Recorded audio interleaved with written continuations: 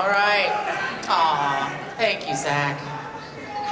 So, I'm supposed to, I've got two big questions off the top before I move to the audience. And the first one is, for people here who are not DC experts, not everybody has read every DC book, 3 people in the back, never slept. How canonical is this conflict? How rooted in canon is the Batman v Superman conflict? Or is this something that was created for this film? Because personally, I never heard of it till now. Well, I mean, listen, you know, if you want to talk about the story itself or about the sort of particulars of this movie, that was the thing that it's definitely based on just ideas that we had, you know, in a room talking about like what would be cool to see. Now, the idea of Batman fighting Superman it's a thing that happens all the time in the comic books. But, you know, for me, images like, there's a bunch of images, and there's been a lot of talk about my sort of love of a particular comic book, which is, you know, The Dark Knight Returns, which is, you know, a comic book that I love, and I definitely homage a lot in the movie as a way of saying to Frank Miller, like, you're a genius, and I think that book is genius. But the story itself is not that story. The story itself is a story that we came up with just, you know, on our own. Chris Terrio, who is the amazing writer of the screenplay, you know, is a genius. He worked with Ben on Argo and did an amazing job, and that movie is great. And you know, he and I just, you know, we just talked about like how do you make this make sense? Like, what is the lie of Batman fighting Superman? And there's we had a lot of great, we had done stuff in Man of Steel that actually allowed us to create a conflict that really makes sense for what this movie's about. And also sort of launch you toward what could be bigger conflicts with maybe more other superheroes. Who knows? I mean, I do know. You totally know. You're a comic tease. Yeah. Oh, nice. Yeah, thank you. Thank you. I'm glad you worked through that with me. That's nice. Sorry. This is also the first time we're seeing Batman and Superman together on the big screen. We've seen it in the books before, obviously, many times. And it's also the first time we have both Gotham and Metropolis together. So, again, how did you merge those universes, and kind of what rules did you follow and what rules did you break? Yeah, well, I mean, I think the big rule that we broke is we put Gotham and Metropolis right next to each other. I don't know if it appeared that way ever, maybe somewhere. Probably, it's been, you know, if you dig deep enough, you can find a justification for just about everything. But it made sense to us and worked for our story that they were kind of sister cities, you know, across the big bay. And so you had kind of, it's like Oakland and San Francisco kind of, yeah. I'm from San Francisco. San Francisco would win, I think. Okay. Metropolis. I'm from Metropolis? Okay, good. That feels good. Look, people know this world, and they think they know this world intimately, but there have been so many iterations and so many reboots, obviously, in the DC universe. I want to talk a little bit about the panel here, because this is a pretty iconic group of characters that people know, that have been played before. If we could just go down the line and talk a little bit about what creative challenge that presents when you're playing a character that's been played before, multiple times by multiple actors. What do you stay true to from the canon, and what do you invent? And was that challenging for you? Did everybody just find a new way into the character and it was simple? I don't know. Should we start with, yeah, why don't we start with Carl? Anyone who would like to start? This is a democracy. Okay. Well, Michael Caine is pretty amazing. As Alfred. So I had big shoes to sit in, but he's a little different, my Alfred. So I think there are surprises in store, but I carried along myself on the explosions around me and on the world around me. I followed the boss and tried to make him happy and tried to make him safe and tried to make him grow up a little.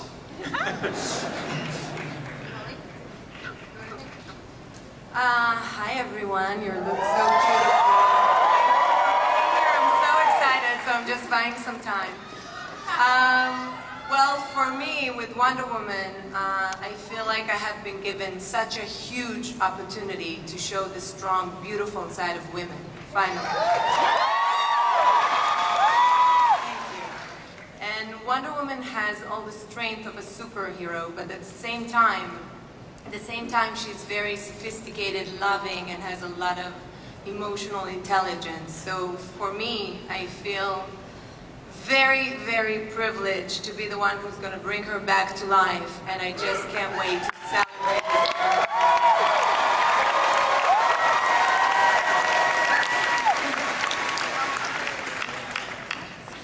To the girl power. Okay. Girl power. Yes. I was going to say the thing about the strong, independent women, but she took it. No, my character has been in obviously other movies, and you know, there's always kind of like a campy element to the character, but probably in terms of your question, I think there's probably a real kind of emotional groundedness to this version of it, and I attribute that to the writer, Chris Terrio, who's just such a phenomenal writer, and gives every character in this movie like a real emotional core, even though the situations are so heightened and theatrical. Yes. He also had the most luxurious locks of any Luthor ever. Really very, I mean, swing that around. That was beautiful. A very low bar, they were all bald.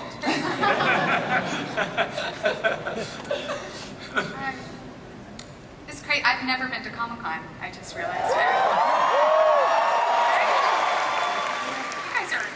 You guys are awesome. You have a lot of energy. I like it. Lois Lane. I wanted to be Lois Lane since I was 5 years old, so there you go. And I watched, I think it was Superman 2 on replay over and over and over. But when the opportunity rose, of course I was nervous. I wanted to, you know, make you guys all happy with Lois. But at the same time, I was just willing and open to sort of bring a very modern take on her and just sort of embrace again this really strong woman, and it's this wonderful thing that women have where we have this emotional intelligence and vulnerability along with strength that I thought was really beautiful that Zach lets me bring to Lois.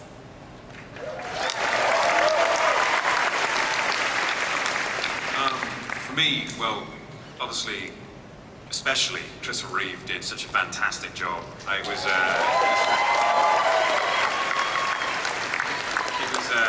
dangerous for me to go anywhere near that, so I left that to its own thing, and then just with Zach on Man of Steel, built the character as much as I could, drawing from the canon, and I've just tried to follow that and stay true to the character that we ran with in Man of Steel.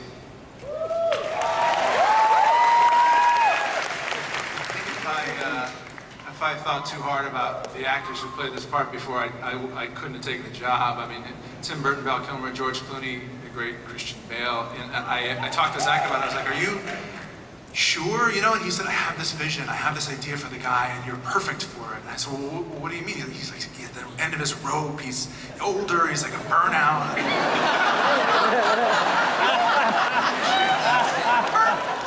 But it's true. Thank you. Thanks, Mom. The truth was that he took me through the process of creating this character that I almost didn't see, and at the end of it, I was like even sort of astonished to look at it and go, "That's exactly what you pitched me," and I wasn't even sure I was doing it.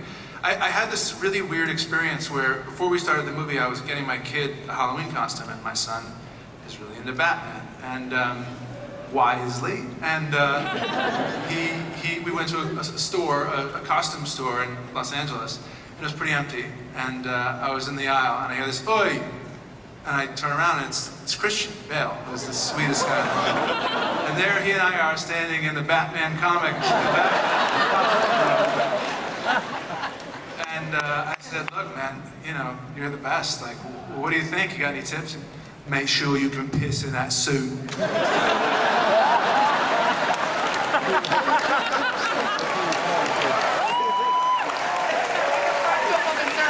Yeah, we put a zipper on it. Yeah. Did you? Actually, I think, Henry, we put a zipper on your suit retroactively, didn't we? This time. Yeah, this time. Yeah. Yeah, you don't think of these things. I think it'll be fine. I mean, how long is he gonna be in it? It's not gonna be that long. Yeah, like 15 hours. That's Oh, and also, let me just say, Holly has an original part in the film, and I've been such a giant fan of Holly's forever. When we were writing the script, I was like, okay, we need to find a part. We need to write a part for Holly Hunter to play in this movie. I don't care what the F it is. But it turns out that it's a super important part, so that's good. But she's amazing. So.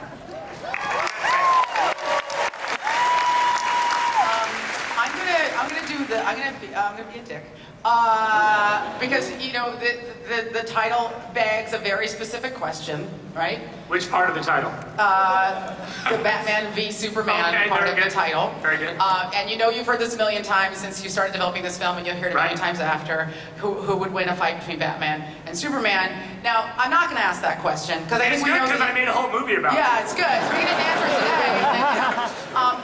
Because again, essential to this conflict is an immortal man, a god, as you articulated in the film, versus a human being, which begs a lot of other questions about kind of, us embracing our own humanity and what that means. However, this Batman seems to be Mecha Batman. He is a little bit of an augmented Batman. I think the thing to look at in we call it the mech suit, whatever, but it really, in truth, it's not. It's a self-preservation concept, not to, give anything away, but it's not really enhancing his strength more than protecting him. Buying him time, if you will. From everything that Superman is going to blow out of his eyeballs, mouth, and nose. He's just going to get pummeled like a pinata. So. It's the rest you have to see, because it's slightly complicated. Okay. we're gonna like I said, it's a whole movie. It's the whole entire answers that question. Literally, that's the only question. All right, we're going to take an audience question. Yeah. Hi. Okay. So, You are Look at you. Yes. Strike pose. So, anyway, clearly in the movie you deal with a lot of philosophical issues in the film. And what I was wondering is if any of what you worked through maybe perhaps changed the way that you look at life now. You just stayed adorable through the entire question. Pure adorability. Who is that? Was that for Batman and Superman? Everyone up here. That could really be for whoever has an answer for it. Look at how cute. Is there anybody who wants to tackle that? Feels like those guys down at that end. Yeah, it seems like Batman and Superman. I don't know, it's kind of tough for me to say. I play a god, so I'm going to step away from this. I think there are some really interesting, that Zach and Chris put together some really interesting ideas of, Metropolis being a big successful city and Gotham City being a place where a lot more downtrodden people live, and there's a ferry they take across the people who work in Metropolis take from Gotham City, and the whole idea of wealth and power and the way power engenders fear, and there were a lot of really ideas that were a little bit too smart for me to understand, but that the movie was trafficking in, and that I thought made it feel real to me and smart, and so I was even more proud to be part of it. This is from someone who made a movie that I had to go to Wikipedia every 5 minutes to understand Argo. But sure, yeah, Superman versus Batman, too smart for Ben Affleck. Okay. More Wikipedia. One more. Oh, Superman's back out of the gym again. Hello. Was it leg day or arm day? All right, let's go. No, look at this guy's. Look at this guy's tattoos. Yeah. He's got tattoos on his calves. Oh, very nice. Superman. How do I know that? I've seen him before. You know what, Zach? So have we. Go for it, buddy. When you guys were filming the movie, at what point in time did you say, oh my God, we're coming up with something great, awesome. We're going to blow all of your guys' minds away. Without spoilers, but if you do. Or spoilers. Please. Thank you. While shooting the movie, I feel like... Yes. I mean, look, the truth is, when you're shooting a movie, there are moments when you shoot the movie that feel like, wow, this is cool. I mean, just for instance, when actually, when we were we did a little photo shoot, you know, while everyone was getting their costumes together, and it's like Wonder Woman and Superman and Batman all sort of standing there, getting their pictures taken, and you're like, oh my lord, that's crazy. Okay. But I think that, you know, for me, it actually happens long before that, you know, when we're just kind of figuring out what we're going to do, and I'm drawing, and we're just kind of getting ideas of, you know, different kind of images that we're going to create, and I just, normally, this is going to sound weird, but I'm by myself when that's happening, and I don't do anything weird. Sure. But there is that moment, like when you do, like, if you do a doodle and you're like, oh my lord, I know that, I want to see that. Where are the cameras? We need to where's everybody? Come on, let's go shoot this.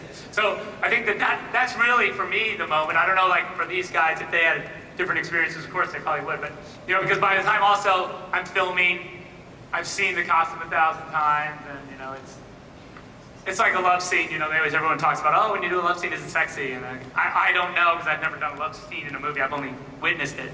That would be weird. Not but they always say, the actors are always like, yeah, no, it's like, this is dumb. So I don't know if they have that same feeling when they're in their superhero costume. I had a feeling where, you know, first of all, I want to say that Christian Bale's also buying his son a suit. He doesn't just hang out. For me, you know, like, you look at the cast, you look at the script, and that's so much of what's there, and I always thought you can only tweak a certain amount past that because you've almost kind of made the movie. And I remember a day, about 2 weeks in it, where I had read the scene, and I thought about how to play it, and I came in and watched it, and I thought, okay, yeah, we should probably, like, shoot it this way or that way. And Zach set the shot up so that it was one shot, and he put it on a crane, and he came around, and it covered everybody's dialogue, and it kind of encompassed the scope of what we want to do. And I was just like, fuck, I would never do that. That's so good. Sorry, it says people are under 18. But anyway, I remember thinking that we were in good hands.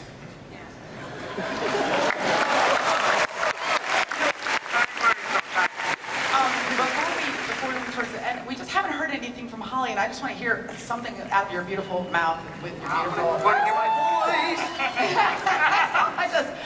That's it. Thank you. All right. Well, we have one last kind of thing you want to do for the audience before we go. Oh, sure. Yeah, guys. I guess we should take one more look at the piece because I know it goes by fast. It's only 3 minutes and 11 seconds, I think, or something like that. Not that I know how long it is. Let's take another look. So let's take it.